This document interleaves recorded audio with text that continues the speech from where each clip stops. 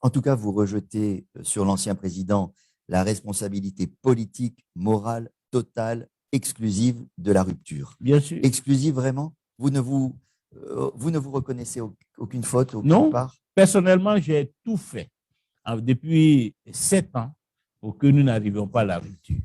J'ai subi même toutes sortes d'humiliations.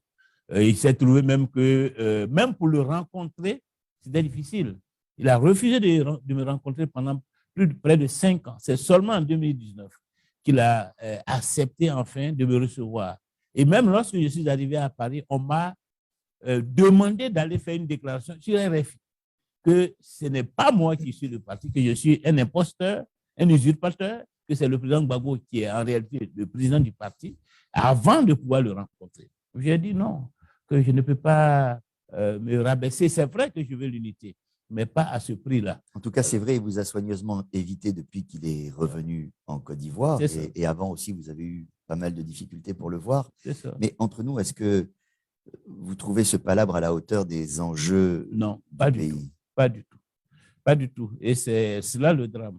Le pays n'a pas besoin de cela. Les militants du Front populaire ivoirien n'ont pas besoin de cela. Ce qu'ils souhaitent, c'est l'unité. Ils considèrent qu'il y a une possibilité d'aller à l'unité. Et donc, je pense que globalement, les militants du FPI ont reçu avec beaucoup de stupeur cette décision du président Gbagbo d'aller fonder notre parti politique. D'une manière générale, plus générale, vous ne semblez pas du tout apprécier le comportement, les mots, les gestes de l'ancien président depuis son retour en Côte d'Ivoire. Est-ce qu'il vous a déçu? Est-ce que vous pensez qu'il n'a pas été à la hauteur? Je pense qu'il n'a pas été à la hauteur. Et il a déçu beaucoup d'Ivoiriens. Parce que ce que les Ivoiriens attendaient de lui, c'était véritablement des gestes de réconciliation. Il n'y a rien eu de ce côté-là. Il n'y a rien eu de ce côté. La rencontre avec le président. Et ça permet même de douter de la sincérité de la rencontre qu'il a pu avoir avec le chef de l'État, le président Alassane Ouattara. Nous allons y venir. Lorsqu'on voit un peu les actes qui ont été posés depuis l'aéroport jusqu'à cette décision de divorce, la rupture avec les évangéliques, la rupture avec le Front populaire ivoirien, on a le sentiment que le président Gbagbo est venu véritablement avec beaucoup de rancœur et qu'il est dans une logique de règlement de compte. Il n'a pas su trouver les mots pour vous? Non seulement les mots, mais les actes. Il n'a pas su poser les actes attendus par les Ivoiriens. Il n'a pas su poser les actes attendus par les militants du Front populaire ivoirien. Et on ne sait pas où il va.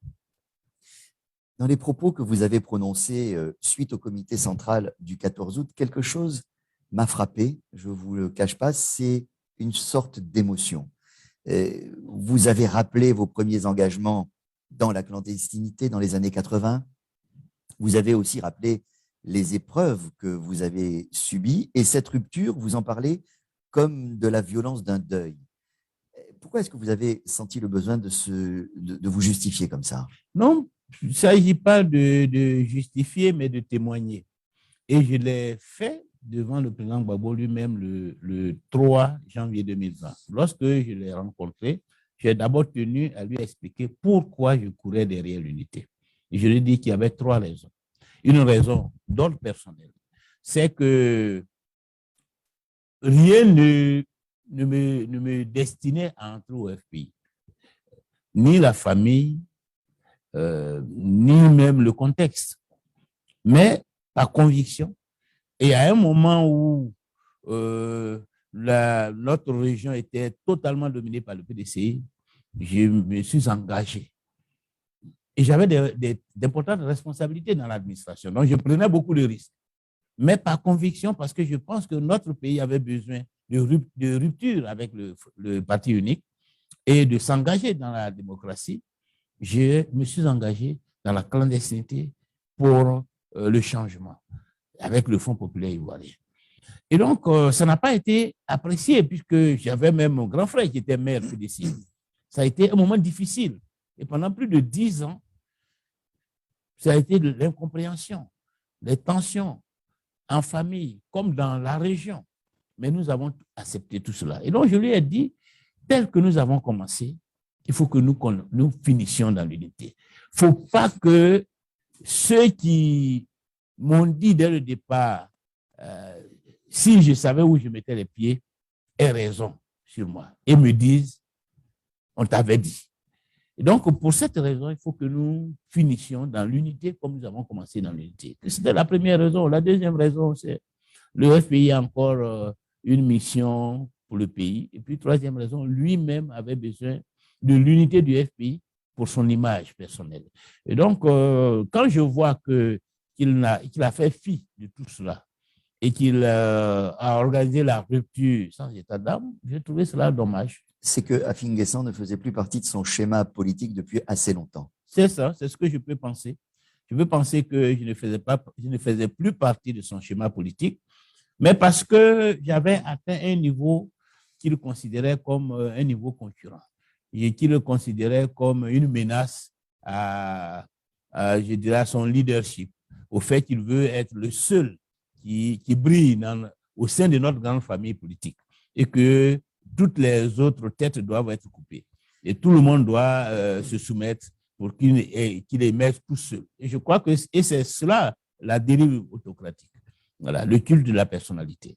Et je crois que c'est tout cela qui fonde véritablement l'inimitié qu'il entretient à l'heure actuelle avec moi.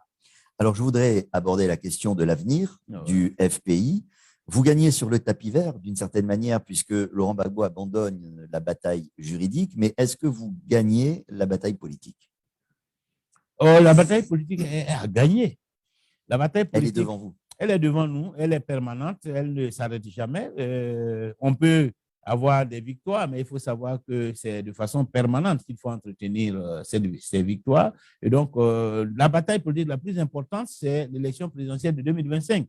Et donc, il faut s'y préparer, il faut se redéployer sur le terrain, il faut continuer à parler à nos compatriotes de notre vision politique, de notre projet politique, de manière à ce que d'ici 2025, la grande majorité des Ivoiriens se rangent de notre côté et puissent nous porter au pouvoir pour la renaissance. Mais que reste-t-il du FPI après ce coup d'éclat?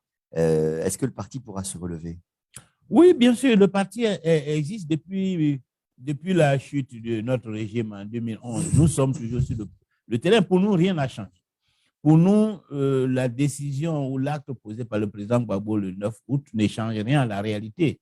En fait, depuis 2011, il n'est pas sur le terrain avec nous. Vous n'êtes pas à l'abri de défections. Ça va pas forcément être facile de maintenir l'unité de votre branche du parti. Bien sûr, il y aura des défections. Mais il faut aller au-delà des défections à l'intérieur d'un parti politique. Parce qu'en fait, ceux qui ont le dernier mot sont les Ivoiriens. Et en 2025, c'est l'ensemble des Ivoiriens qui vont se prononcer sur la personne qu'ils considèrent comme apte à gouverner ce pays, de par son expérience politique, de par son profil politique, de par sa vision politique. Et moi, je travaille par rapport à cela. Je ne regarde pas seulement les militants du FPI, parce que ce ne sont pas eux seuls qui votent. Je regarde l'ensemble des Ivoiriens. Et il y a beaucoup qui ne sont pas militants du FPI, mais qui auront à se prononcer sur les candidatures qui leur seront proposées. C'est à ceux-là qu'il faut parler. Qu'est-ce que vous allez faire pour maintenir une flamme à l'intérieur du FPI, qui sera désormais le seul FPI dans ce pays? Mais c'est ce que nous faisons toujours. Il faut d'abord entretenir les structures sur le terrain. Actuellement, nous avons près de 600 fédérations avec plus de 6000 comités de base. Il faut les entretenir. Il faut les entretenir, il faut tenir les réunions, il faut faire la formation, il faut faire partager la vision pour que chaque militant du FPI soit, je dirais, un porte-parole du parti auprès des populations. Il faut s'occuper aussi de la question sociale, être aux côtés des populations dans tous les actes de la vie, dans les situations malheureuses comme dans les situations de joie. Donc, il faut faire connaître sa position sur tous les événements du pays, qu'il s'agisse de la santé, de l'éducation, etc. Donc, il faut faire la politique.